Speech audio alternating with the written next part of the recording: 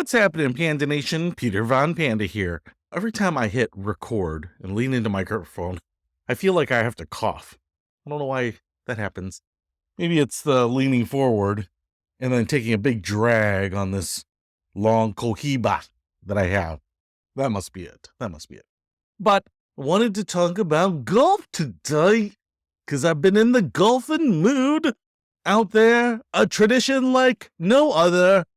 I can't wait, FYI, for Live Golf to call me up so that I can do commentary from the perspective of the average person who knows jack about golf. So when we're sitting up by the 18th green and there's an approach shot, looks like he's only 90 yards out, looks like he's taking a wedge. This is a great looking shot and perfectly placed on the green. However, it didn't go in the hole, which I think ultimately he would have been better off putting the ball into the hole. That's what I would have said. Anyway, let me know, Live Golf. Let me know, Golf Channel, when you want me to come on. Anyway, what I wanted to talk to you today is about equipment. And I have been pretty vocal and pretty open-minded about single-length golf clubs. You know, when I returned to golf after a long multi-year hiatus, I really hadn't been following equipment. I didn't even know they had adjustable hosels on drivers, so I was coming in cold. And it was really Bryson DeChambeau. I've heard it pronounced DeChambeau and DeChambeau and DeChambeau. Wonder what it is. I think it's probably DeChambeau. Anyway, but he's really the one that turned me on to single-length irons. And then it was kind of later that it dawned on me that he was playing the single plane golf swing, both of which I adopted. I even bought this book by, I think, who was it, Richard Graves, about how to do the single plane swing, and watched a ton of YouTube channels on it. I probably over immersed myself. It's not as hard as one might think. It's just a golf swing with a single plane. Anyway, but the single length golf clubs made all the sense in the world to me. And the simple answer of what a single length golf club is, or the simple definition, is that they're all just made to a 7-iron length. And the theory here is that a lot of people start with a 7-iron. A 7-iron is a little bit shorter of a club. If you don't know golf, the irons get longer and the clubs get shorter towards the wedge end, and they get longer towards the longer iron end. So your 3-iron is longer than your 4-iron and a little bit longer than your 5, 6, 7, 8, 9. Then you get down to the wedges and they keep getting shorter. And so when you see golf clubs on a rack in a store, they just have a little bit of an accordion look, but they progressively get longer, and then your driver is the longest club in the bag. And single length is really only talking about the irons, and basically taking, gosh, what is it, a 34-inch, I don't know even know what a standard 7-iron is, but let's call it 34 inches, and just makes all the clubs 34 inches. Now what that does is it takes your 3, 4, 5, and 6-iron and makes them a little shorter, and the 3-iron quite a bit shorter. And it takes your 8, 9 pitching wedge, sand wedge, and makes them longer. And so I actually played with single length irons, and the first set I got were the Orlamars, and I really liked it. It sold me. It just sold me on the idea of simplifying it for the amateurs. I was preaching about my newfound love of single length to a buddy of mine, Mike, while we were golfing once. And he was like, I get the idea. I get that you're practicing one swing and everything, but I don't really understand like how that simplifies everything. And I was like, because the clubs are a little longer, it's kind of one swing, you're always on the same plane, so you get that muscle memory. And then also, because the clubs are longer, there's a different position of where the ball goes relative to your feet when you set up. And he's like, there is?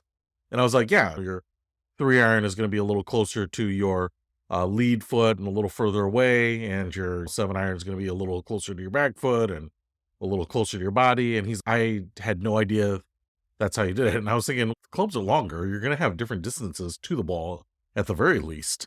Let's say you're just putting the ball right in the middle of your stance or something, you're at least going to be different distances. But it was funny because this is a guy that I've known for a couple decades. We've played golf for a couple decades, and he didn't even know about ball position relative to feet. And I'm not saying that I didn't know about that, because I did, right? You have this little diagonal line that kind of helps you gauge where the ball should be relative to your stance. But it dawned on me that there are a lot of people that don't even play as much as my buddy Mike does and wouldn't know that, and could benefit from single length golf clubs. Sometimes they're called one length. I've found that different companies call them either single length or one length, and I'm not really sure if either of them are trademarked and that's why they do it. But Cobra is obviously the big OEM that makes one length golf clubs, and I think they actually call them one length. Ping actually makes a set for Bryson DeChambeau, and I wish they would make a set for the masses because Ping irons are supposed to be really good. But you have probably now heard me rant on for the last 5 minutes about single length irons, and you're probably saying, Pete, isn't this episode about why you gave up on single length? And the answer is I have. I do not play single length golf clubs anymore, and I want to explain why. Because I don't play variable length either. Dun, dun, dun. I don't play golf at all. I use a spoon. Why a spoon? 'Cause it'll hurt more. No, I play, I don't know if it's actually called, if it would truly be called dual length. But what I found is that I agree with that there's a common complaint with single length in that people love the 3, 4, 5, 6, and 7 iron all being the same length and a little shorter. You give them maybe a little distance, but you can actually compensate with loft and things like that. But they're just so much easier to swing. And when you are swinging a 3 iron or 2 iron or something like that, they get so long that you're really swinging around. It's more like a driver swing in some ways. And for me, because I'm shorter, it was even worse to get that wrist cock and kind of flatten out on the backswing. And anyway, just hitting long irons was never my strong suit. So I love the fact that the longer irons were shorter. It just was a game changer for me, for sure. But I also agreed with that people, when you start grabbing a pitching wedge that is the same length as a 7 iron, you're much more used to that being close to your body, much shorter, having more control over it. And now that it's longer, it's not unwieldy or anything, but it's different. And a lot of people would find that their wedges would go farther than their variable length counterparts. And that's because they're longer. So there are ways to compensate for that too, make them a little weaker and other things. But basically, what I didn't like is my wedges being long.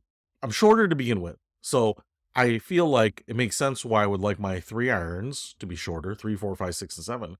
But then south of 7 iron, my 8, 9 pitching wedge, gap wedge, approach wedge, sand wedge, or lob wedge, I should say, at that, are a different length. And they are all the length of a sand wedge. What I do is basically have anything that's marked a wedge. Let's see, 8 and 9 irons are the same length as my 7 iron.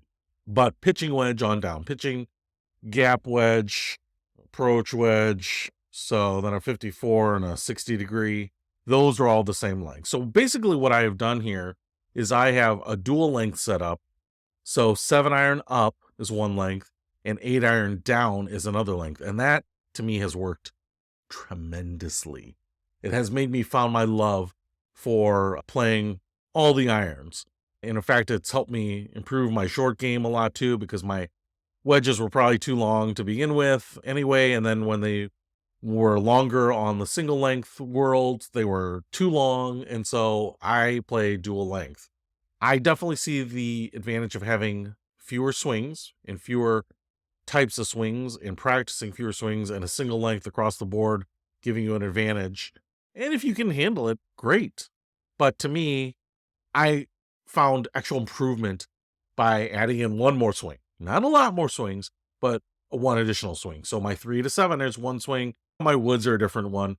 And then my 8 and down is a different swing. Now, I will also say that I have replaced my 3 and 4 iron with hybrids that are also one length. So I have found hybrids that have the right line angle to match my other ones. I actually think they're Cobra one length hybrids, if I'm correct. And that has also made it a little easier. But I basically have 3 different swings, full swings in the bag for my woods, for my middle irons, and then for my short irons. And that to me is the Goldilocks right there. That has made things very manageable. Performance is better. Handicap is down. Enjoyment is up. And I actually think that probably most people should not be in the single length, one length. Strictly, literally, they should probably be in a dual length. I think you'll just enjoy it when the wedges are more familiar to you, because I don't really think a lot of people suffer from wedge problems. And making clubs longer, any club longer than the club you were using before, adds additional complexity, unless you're tall and it's just making it more appropriate to you. But there's nothing about lengthening a club that ever helps anyone. It's harder to control, it's harder to stay on plane, it's harder to connect, speed, release, timing, face angle, all those things. So anyway, yes, technically I've given up on single length, but I am a dual or triple length player at the moment, and I love it. So if you have been thinking about it, and maybe you're single length, and maybe you're like, hey, it works fine, but yeah, I'm not in love with the long wedges. Hey, you know what? It's not a law. It's not a rule. You're under no mandate to play clubs at a certain length. You can still be a single length, one length guy and have multiple lengths in the bag. That's what I'm saying. You do you. I'm doing me. Yeah. If I were in a bar, I'd pick myself up. That's for sure. So anyway, hopefully that helps. And hopefully I will see more guys in the dual length golf club here. So that's it. Peter Von Panda, out. We can discover more and explore so much deeper. We can live better than ever.